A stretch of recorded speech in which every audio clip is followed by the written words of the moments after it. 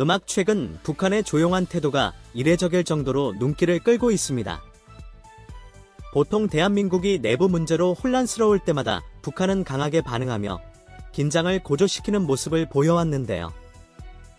하지만 이번에는 예상 밖으로 차분한 모습을 유지하고 있습니다.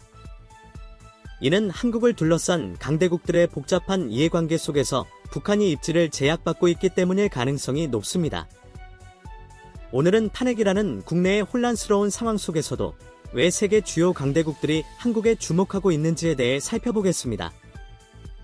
먼저 관련된 첫 번째 기사부터 시작해보겠습니다. 중국은 탄핵 소추와 관련해 한국은 중요한 이웃이자 협력의 파트너라고 공식 입장을 밝혔는데요. 중국의 신중한 태도에서도 복잡한 국제 정세가 엿보입니다. 보이다가 이제 첫 공식 입장을 냈는데요. 이 메시지가 한국은 매우 중요한 이웃이다, 이런 내용을 담고 있는 메시지입니다. 그래서 아래 기사를 좀 보겠습니다. 린젠 중국 외교부 대변인, 그러니까 중국 정부의 공식적인 입장인 거죠. 이 사람이 그럼 뭐라고 얘기를 했냐? 우리는 최근 한국 정국의 변화에 주목했다. 이것은 한국의 내정으로 논평하지 않다, 이렇게 얘기를 했어요. 자, 이거에 대해서 한국의 탄핵 사건에 대해서 중국은 얘기를 아예 안 하겠다, 이렇게 얘기를 한 거예요. 그런데 이 말 했으면은 뭐 다 얘기한 거 아닌가 싶은데 여기서 이 린젠 대변인이 덧붙이는 말이 굉장히 깁니다.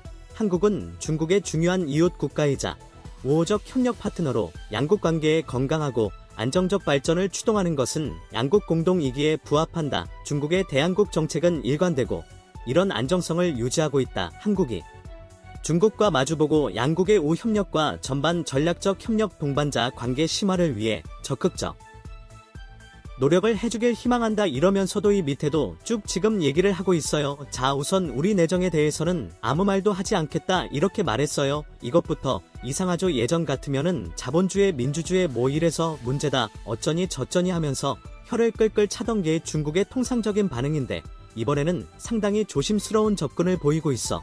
그한 국민들 잘했다, 이렇게 냥 칭찬하지 못하는 게 중국의 상황인 것이, 이거 민주주의 국가에서 대통령에 대한 탄핵소추가 진행되고 있다는 것 자체만으로도 중국 국민들이 보기엔 놀라운 일인데 여기에 중국 외교부가 칭찬 한 푼이라도 얻는다면 시진과 공산당 입장에서는 뿌리부터 흔들릴 수도 있는 상당한 파장이 있을 수도 있거든요. 그래서 중은 탄핵는 하게 평하지 않겠다, 이렇게 딱 깔끔하게 한 줄로 끝냈어요. 근데 이 밑에 지금 덧붙여서 얘기하는 게 굉장히 길어요. 오히려 여기서 지금 끝하고 넘어가는 게 아니라 그 뒤에 덧붙이는 말들을 보면 한국은 중요한 이웃이고 협력 파트너, 우리 건강하고 안정적으로 같이 발전하자 뭐 이러면서 내가 민주주의에 대해서 아무 말도 못하지만 그렇다고 해서 우리가 좋은 이웃이라는 거는 절대 잊지 말고 나는 너네한테 완전 진심이다, 뭐 이런 식으로 돌려가지고 한국과 꼭 맞잡고 싶다, 한국의 손을 꼭 잡고 싶다, 이렇게 얘기하고 있습니다. 이거 듣다 보니까 이상하죠.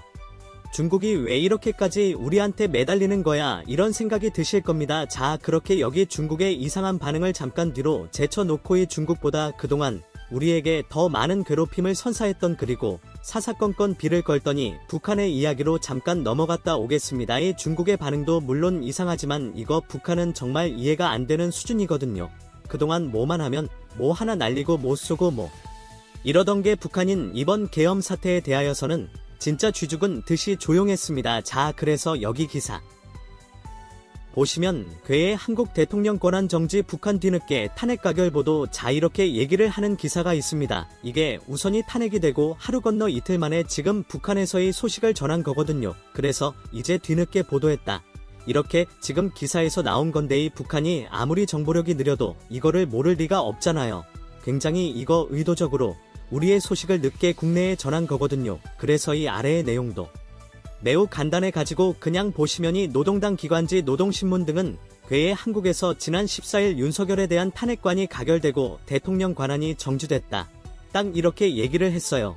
자, 진짜 별거 없죠. 이거 뭐 앞에 괴의 정부라고 한 거 말고는 그동안 북한이 우리에 대해서 쓰던 표현들을 뭐 찾아볼 수가 없어요. 대충 보면 뭐 우리나라 내부에서 쓴 기사인가, 우리나라 기자들이 쓴 기사인가, 이렇게 싶을 정도로 이 괴의 한국이라 단어만 없으면 그냥 굉장히 평범한 문장이 돼 버리거든요. 이거 평소에는 뭐 돼지 머리니 소리니 뭐 남조선제 앞잡이 어쩌고 저쩌고 뭐 이렇게 하면서 야 이거 누가 봐도 북한 방송 다 쉽게 이렇게 얘기를 하는데 이렇게까지 북한이 절제를 하니까 이 북한 기사가 맞나 어색할 수준입니다. 물론 기본적으로 북한이 이렇게 조심스러운 모습을 보이는 거는 지금 진짜 개까지 내렸던 상황에서 북한이 쫄아서 아무것도 못하는 것도 분명히 있을 겁니다. 근데 이번 탄핵 관련 기사도 상당히 늦게 낸 북한은 사실 계엄 관련 소식도 일주일이 지난 다음에나 내보내는 등 상당히 늦은 행보를 의도적으로 보였는데요.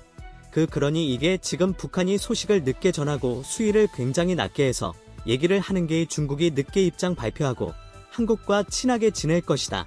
이렇게 방송한 거랑 비슷하게 지금 딱 맞아떨어지는 느낌이 보이시나요? 그래서 이거 중국과 북한 내 소식에 정통한 한 정부 관계자는 중국이 북한에게 이번 기회에 대하여 허튼 짓 하지 말라고 명령했을 것이다. 중국은 현재 상황에서 해외 다른 나라들을 자극하는 돌발 행동을 북한이 저지를 경우 전이 북한과 교류까지 끊을 각오를 한 것으로 보인다. 북한은 이런 위험 부담을 안고 한국에게 도발할 여력이 없다라면서 실제로 중국 공산당이 김정은에게 함구령을 내렸을 것이라고 전했습니다. 그리고 이런 내용들이 실제 사실인 것이 그동안 김정은이나 김여정이 직접 나와서 우리나라에 대하여 험담을 늘어놓았다면을 들어서는 김정은이랑 김여정 코빼기도 지금 보이지 않는 상황이거든요. 그래서 여기 보시면은 이거 11월 28일 날 올라왔던 기사인데 이것만 해도 김여정 한국 쓰레기들 담 이틀 만에 북한 물풍선을 띄워 얘네 이러고 있었던 애들이잖아요.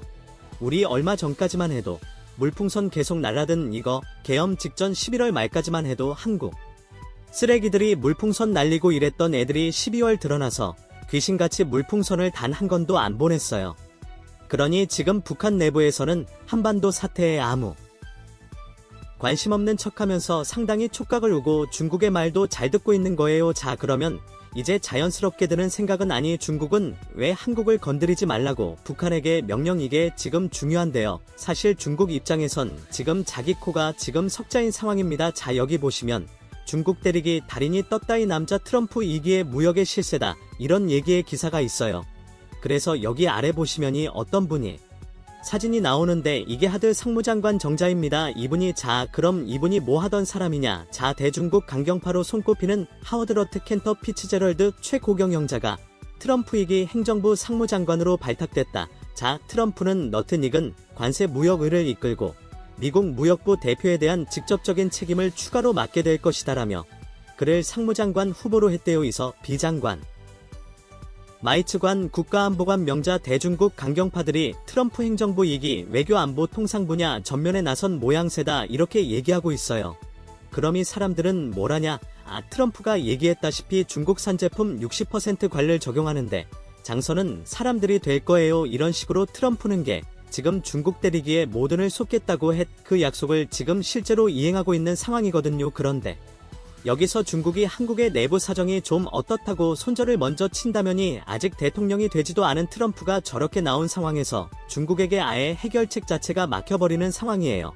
그러니 어떻게든 지금 한국을 중국은 잡아야 하죠. 자 그래서 중국이 한국을 잡으면 무슨 일이 일어나냐. 트럼프가 지난번에 당선 직후 한미 정상관 통화에 한국의 방산과 조선업이 미국에 꼭 필요하겠다고 직접 언급했던 것 기억하시는 분들 많을 걸로 생각하고 있습니다. 반대로 생각했을 때 중국 입장에서 한국과 좋은 관계를 유지한다면 미국의 아킬레스건인 방산과 조선업을 가지고 미국을 견제할 수 있다.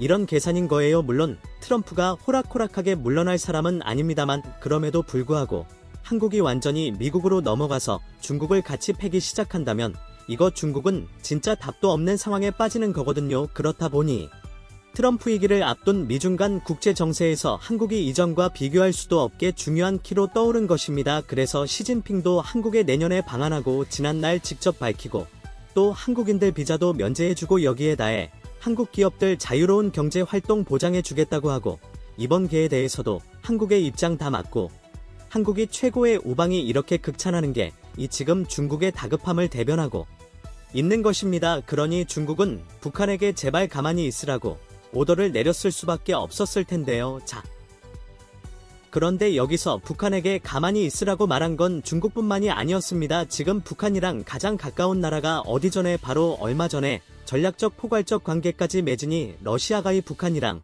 지금 가장 친한 국가일 텐데요.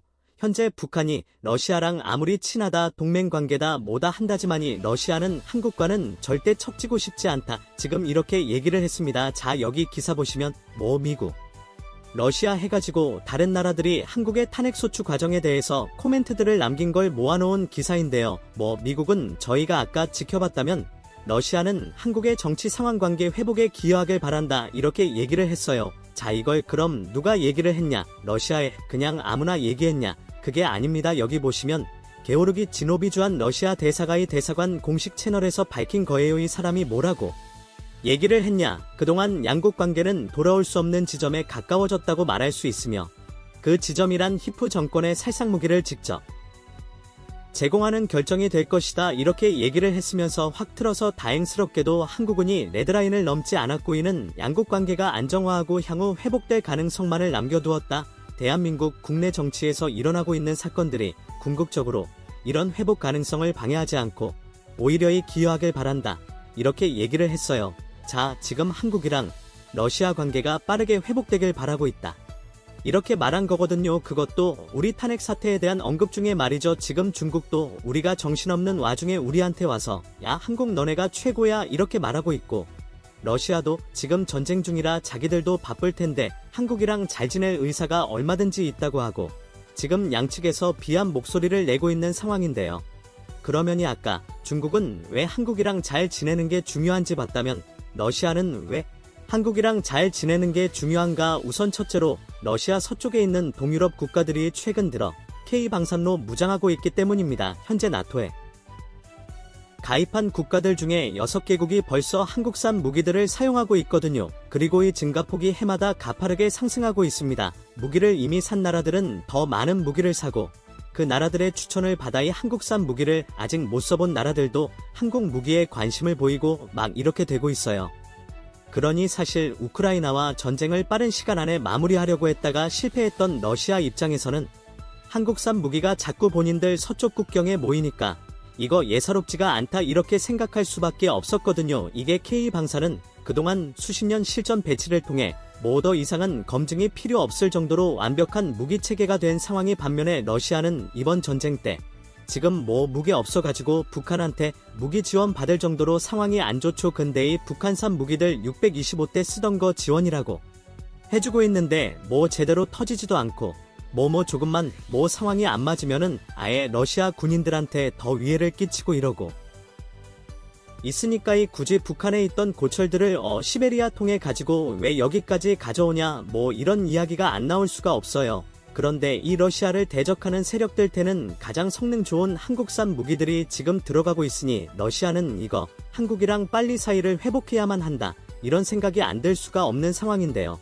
그리고 여기에 더해 지금 너우 전쟁으로 안 그래도 계산법이 복잡한데 만약 북한이 한국을 도발했다가 일이 커지기라도 한다면 사실상 군사 동맹 맺은 상태에서 그 땅덩이 넓은 러시아에 신경 쓸 전선이 2개나 생길 수도 있거든요. 그러니 푸틴 입장에서는 저는 나 제발 가만히 있어라, 이렇게 말할 수밖에 없는 상황이었던 겁니다. 그래서 미국의 헤리티지 재단은 이번 한국의 탄핵 사태와 관련해 북중러 모두 소극적인 입장을 취하는 것을 분석하는 기사를 냈는데요. 중국과 러시아 모두 한국을 적국으로 두고 싶지 않아 하기 때문에 북한의 사태를 키우지 말아라, 한국을 자극하지 말아라, 이렇게 이야기했을 가능성이, 결국 한국이 여러 강대국들로부터 주목받는 이유는 철저히 자국의 이익에 부합하기 때문이며, 탄핵 사태와 상관없이 여전히 많은 국가들에게 매력적인 파트너로 여겨지고 있다는 점입니다. 오늘 내용을 정리하자면 김정은과 김여정의 속내는 알 수 없지만 김정은의 형님격인 중국과 러시아는 현재 한국과의 관계를 악화시키지 않기 위해 최선을 다하고 있는 모습입니다. 여기에 미국 또한 매일같이 한국에 대한 지지 발언을 쏟아내고 있는데요. 복잡한 국내 정세와는 무관하게 대한민국을 원하는 나라들의 관심은 여전히 뜨겁습니다. 여러분은 어떻게 생각하시나요? 다가오는 트럼프 시대를 대비해 손을 내미는 중국과 협력하는 것이 좋을까요? 아니면 미국과 손잡고 강력한 대중국 정책에 동참하는 것이 옳다고 보시나요? 자유롭게 여러분의 생각을 댓글로 남겨주세요. 오늘도 끝까지 시청해주셔서 감사합니다. 저는 다음 시간에 더욱 흥미롭고 유익한 영상으로 찾아뵙겠습니다. 지금까지 탄탄세계 일기였습니다.